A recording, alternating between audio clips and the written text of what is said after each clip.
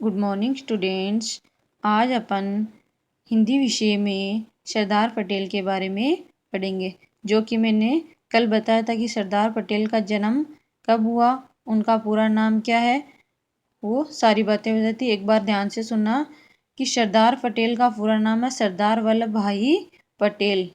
सरदार पटेल का पूरा नाम क्या है? सरदार वल्लभ भाई पटेल। उनका जन्म 31 अक्टूबर 1875 ईस्वी को एक किसान परिवार में हुआ था और स्वतंत्र भारत के प्रथम गृह मंत्री बने थे। सरदार पटेल स्वतंत्र भारत के प्रथम गृह मंत्री बने थे। इसी का आगे का टॉपिक है जो अपन आज पढ़ेंगे।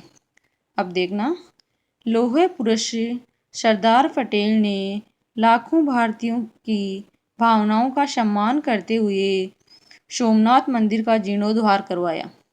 सरकारी कोष से धन देकर उन्होंने सोमनाथ के मंदिर का पुनर्निर्माण करवाया। पुनर्निर्माण का मतलब होता है पुनः बनाना।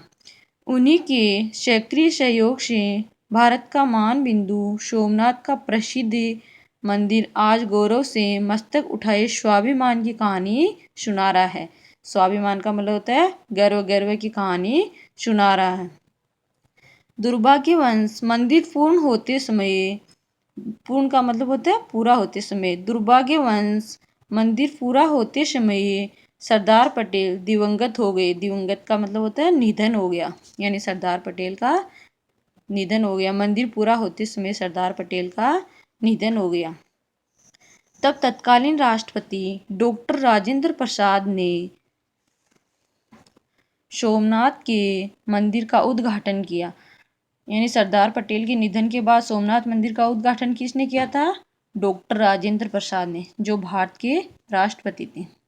यह सच है कि आत्मसम्मान और राष्ट्रीय स्वाभिमान के लिए मर मिटना ही दिव्य जीवन है। स्वाभिमान का मतलब क्या होता है? गर्व है।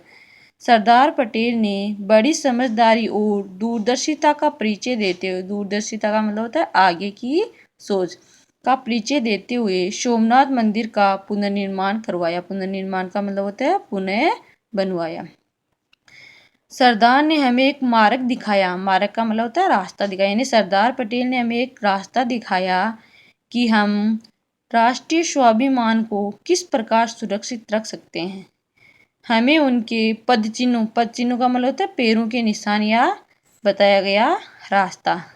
तो हमें उनके पद चिन्हों पर चलकर, यानी पैरों के निशान पर चलकर, यानी बताए गए रास्ते पर चलकर उनका अनुकरण का मतलब होता है नकल, उनका अनुकरण करते हुए इस दिशा में सचेष्ट रहकर निरंतर कार्य करते रहना चाहिए। सचेष्ट का मतलब होता है कार्य करने की इच्छा। सचेष्ट का मतलब क्या होता है?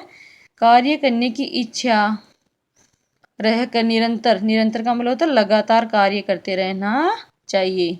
यही उनके प्रति सच्ची श्रद्धांजलि प्रकट की जाती है, यानी सच्ची श्रद्धांजलि कही जाती है। श्रद्धांजलि का मतलब होता है श्रद्धा प्रकट करने हेतु कहे गए शब्द। श्रद्धांजलि का मतलब क्या होता है? श्रद्धा प्रकट करने हेतु कहे गए शब्द। जय भारत जय स्वदेशी।